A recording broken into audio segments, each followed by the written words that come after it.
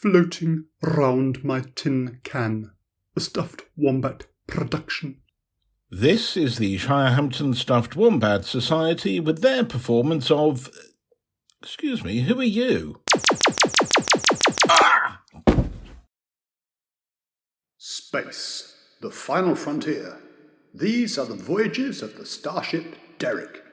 Its never-ending mission to explore strange new worlds, to seek out new life and new civilizations, to boldly go where no one has gone before. Captain's log, stardate... Good Lord, is that the time already? The starship Derek has received a distress call from a mysterious planet to which we are responding. Lieutenant Yoo-hoo-hoo, patch the call through to the bridge. Aye, aye, Captain. Patching call through now. Is that the best you can do? Yoo-hoo-hoo. I'm sorry, Captain.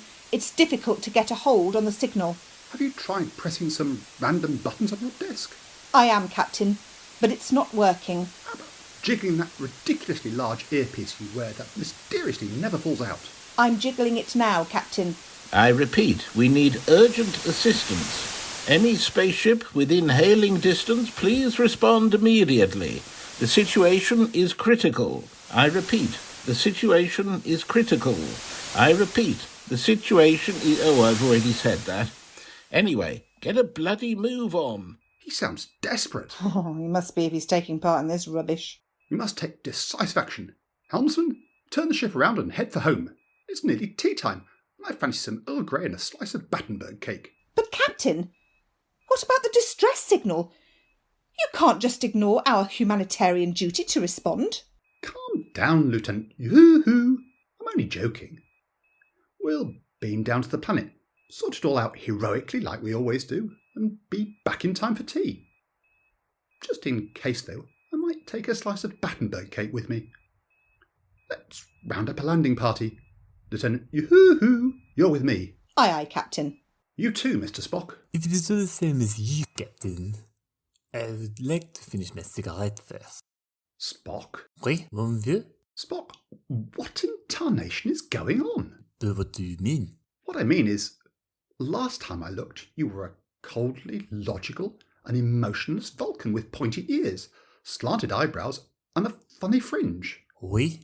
And now you still look like that, but you seem to be what I can only describe as French. Oui, that is so. Do you not remember, Captain? During our last adventure at the Mind World with Patrice Vollier, the World Catan champion and winner of the world's most laid-back Frenchman award 5 years running, after he was flung into his own far future during a time storm at his chateau. Yes, I think I can dimly remember something like that happening. Was I doing something else at the time? While Mr. Spock was dealing with the crisis, you spent all your time chasing after some little French floozy before turning up at the last minute to claim all the glory. Yes, that sounds about right. And after my mind meld with the Frenchman, Patrice, I found I had acquired many of his French characteristics. They were well off in time, but for now, my logical Vulcan way of life has been replaced with a laissez-faire attitude and a love of garlic and Gauloise cigarettes. I am now so French, I have not even washed for a week. I wondered where the whiff was coming from. But Spock, you don't even sound like you anymore. Do you not remember, Captain? You said it would be nice to hear a French accent on the bridge of the ship. You're right, Spock, I did. Even though you declared that a Frenchman would never captain the starship. That's correct. And if one ever did, you would bend over and whistle a Marseillaise out of your... Yes, thank you, Spock. That's enough. Listeners who are listening with their Vulcan-type ears will recognise that that gag is based on the fact that in Star Trek The Next Generation, the captain is Jean-Luc Picard, a Frenchman who... Ah! Now, let's get to the transporter room and begin our mercy mission. Should I alert Dr. McCoy or Mr. Scott, Captain? No, I think you, me and Mr. Spock can handle this by ourselves. Bones and Scotty can stay here and run the ship. Besides, I have an important job for them. Which is what, Captain? Someone needs to make sure the kettle is boiling just as we get back. Aye, aye, Captain. That'll have to be Dr. McCoy. Mr. Scott has got to examine that unusual cargo we intercepted earlier. By the way, Lieutenant Yoo-hoo, tell me, why do all women in Starfleet wear such incredibly short skirts? You must remember, Captain, this is the 23rd century. Patriarchal ideas of what is appropriate wear for a woman have long been done away with. Hence our freedom to wear these tiny skirts without any sexist comments. Yes, of course, I forgot. Great legs, by the way. Thanks.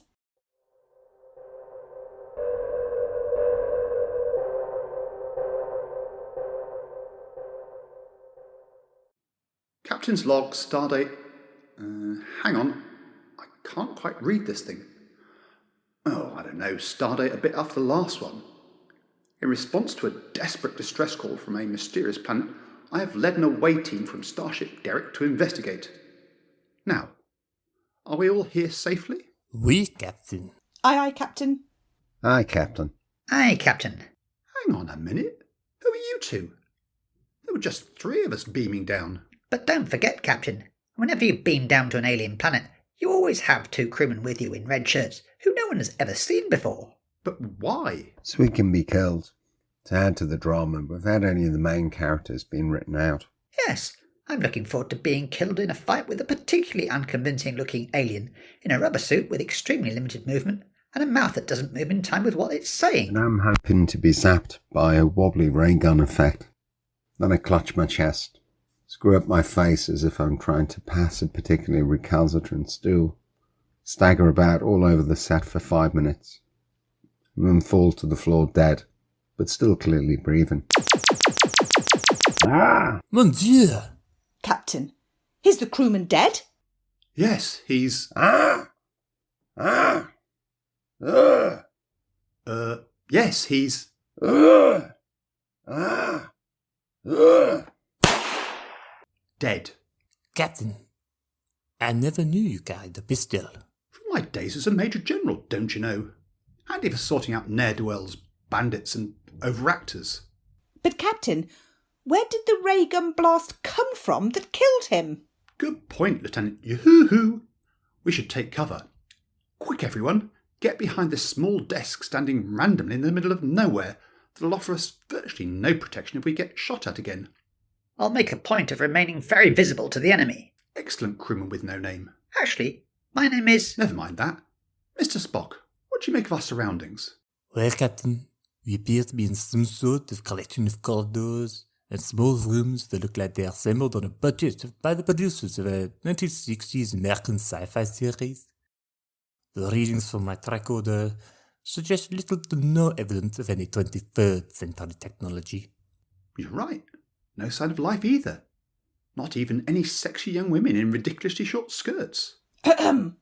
Present company accepted, of course. Any thoughts, Mr. Spock? Well, previously, as a Vulcan, the short skirts meant nothing to me. But now that I am a Frenchman, I can see that they are... I mean, any thoughts about our present situation? Ah, oui. I think we should split into 2 groups and explore our surroundings. But won't that be incredibly dangerous? Mais oui. But it is what we do every episode. And if we do not do it, then the crewman with no name here Hello. may not be able to die at the hands of the enemy. And will have nothing to show for taking part in this adventure, apart from his paycheck. You get paid for this? Oops. Right. Let's split up. Spock, you take crewman with no name. Lieutenant Yoo-hoo, you come with me. Great legs, by the way. Thank you.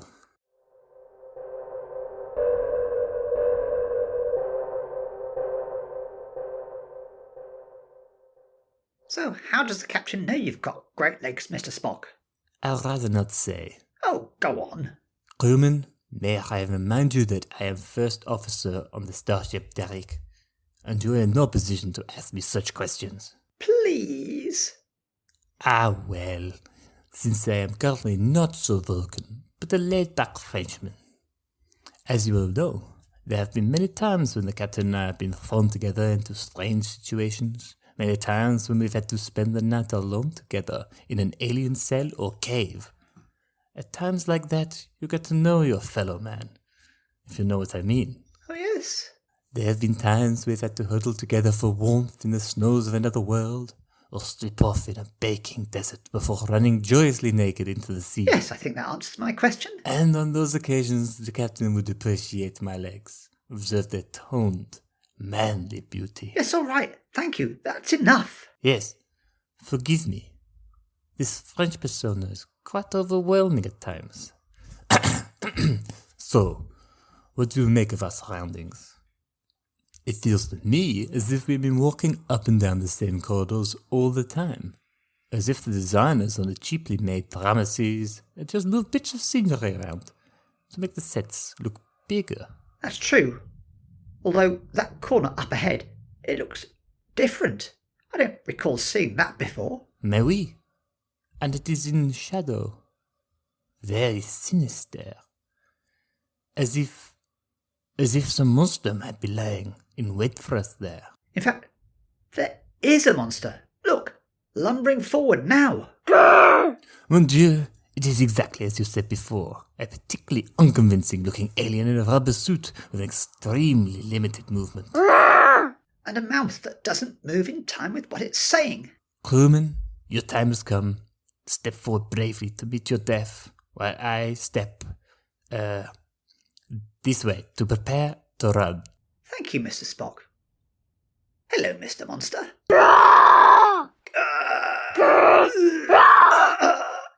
Goodbye, everyone. Alas, the brave crewman is dead. What a noble sacrifice. Or it would have been if he had killed the bloody monster at the same time. It is still alive. It's coming my way. Melt!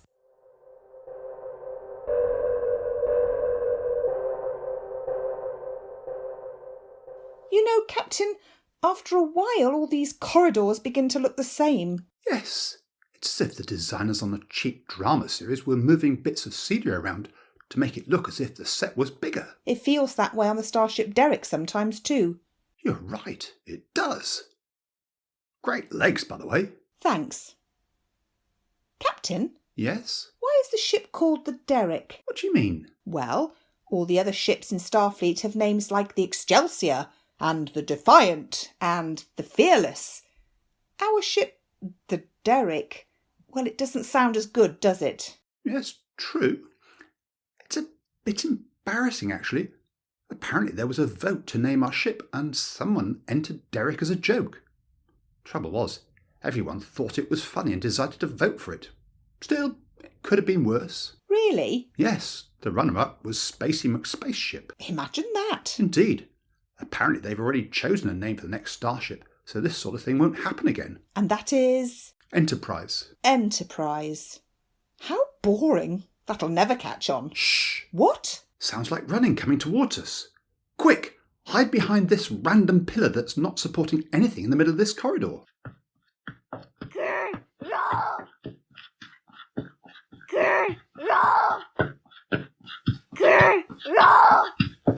Captain! Lieutenant Yoo-hoo! Run! Run for your lives! Can't you sacrifice the other crewman to the monster to save us? He is already dead! Merde. That's what I said. Captain, look out! The monster is going to leap on you. It's... Oh, no! The monster! He has got the captain in his not very movable arms. He is tearing very slowly at the captain's clothing. Get off me, you beast. Great legs, by the way. Thank you. Oh, no, it looks like the monster is eating part of him.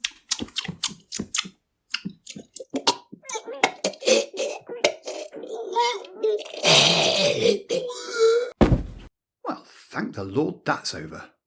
Captain, you're alive. Oh, it'll take more than an unconvincing alien to... Actually, no, that was bloody scary. But how did you kill the monster? I didn't. He did it himself. He found that piece of Battenberg cake I brought with me and ate it. But how did that kill him? No tea. You can't eat Battenberg cake without a cup of tea. Everyone knows that. Except, it would seem, the monster. Logical, Captain. Mr. Spock, you're beginning to sound like your old self. You know, if this were a low-budget sci-fi TV show from the 20th century, this is probably where the episode would end, with Everyone's safe and normality restored. Except for one thing. What's that? The reason we came here in the first place? To answer the distress call. I was wondering when you would get round to that. Who are you? I am the one who sent out the distress call. Indeed, I am the one in distress. I'm Captain Timothy Mugg of the United Federation of Planets. And you are? My name is Dick Zung. That's a ridiculous name. It's a long story. Anyway, ridiculous or not, I am in dire need. Can you help me? Have you got the canisters? What canisters? The canisters, man. I spoke all about them in my distress signal. The signal broke up. We didn't hear all of it. Oh, great. How useful. You land here, run riot round my space facility, kill my pet buggerlug. Pet? And leave 2 of your own bumbling red-shirted crewmen dead in my corridors. Who's going to clear that up, I ask? There's only me here. Well, me and 3 idiots. And yes, I mean you 3. Do you have to be so rude? I mean, look at this crew member of yours. I don't know her name, but her skirt is so short you can almost see her, Yoo-hoo! Is that what you call it? That's her name. Oh, I see. And who is Santa's little helper here with the pointy ears? I am First Officer Spock, and I am a Vulcan, hence my unusual appearance in your eyes. He sounds a bit French to me. That also is a long story. Anyway, much against my will, it's my humanitarian duty to help you. So, once again, what can we do for you? The canisters, man, the canisters. Those wonderful, life-giving canisters. Mr. Spock, I think he's loopy. Probably too long living here alone. Could you try a mind meld on him? With respect, Captain, there would have to have been a mind to meld with. Brilliant, shiny canisters, metal tubes of joy. And I have run out. No more ambrosia for Zung. Spock, get your tricorder. Replay the distress call we received on the ship. See if it's any clearer now we're here on the planet. Doing so, Captain. Yes, there's something. An image. What does it look like? A metal canister? A can? Just over 4 inches tall. There appears to be some sort of ring pull device around for opening it. And yes, there's a label. What does it say? Heinz? Heinz? Heinz baked beans. Captain, are you all right? You're going very scarlet. Heinz baked beans? You! Hello, yes? You brought us here at great risk to our own lives and with the mildly inconvenient loss of 2 red-shirted crewmen because you have run out of baked beans? It's an emergency. Baked beans, the food of the gods. I live on very little else. Breakfast, lunch, dinner, midnight feast. Every time it's baked beans. You're a nutter. Captain Mugg, you simply don't understand. Forswear most other foods for a few days and live on baked beans. Never will you go back. The sweetness, the bite as you take one between your teeth. Eat them hot, eat them cold. If you're so infatuated, or should I say infatuated with the bloody things, how the hell did you manage to run out? The Ocado Galactic order never arrived. Oh, that happens to me. Never a spare pair of tights when I need one. It is the same for me. I always have to eke out the last packet of gouloirs until the next lot arrive. Mr. Spock, Lieutenant Yoo-hoo, this tale of intergalactic customer complaints is all very well. Captain, I'm getting a message from Mr. Scott. He's examined that mysterious cargo we intercepted earlier. What? The mention back on page 3 that everyone will have forgotten about unless they rewind and play it back? Yes, that one, and it's... Yes?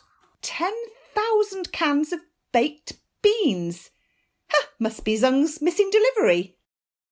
Well, you couldn't make it up. Oh, frabjous day!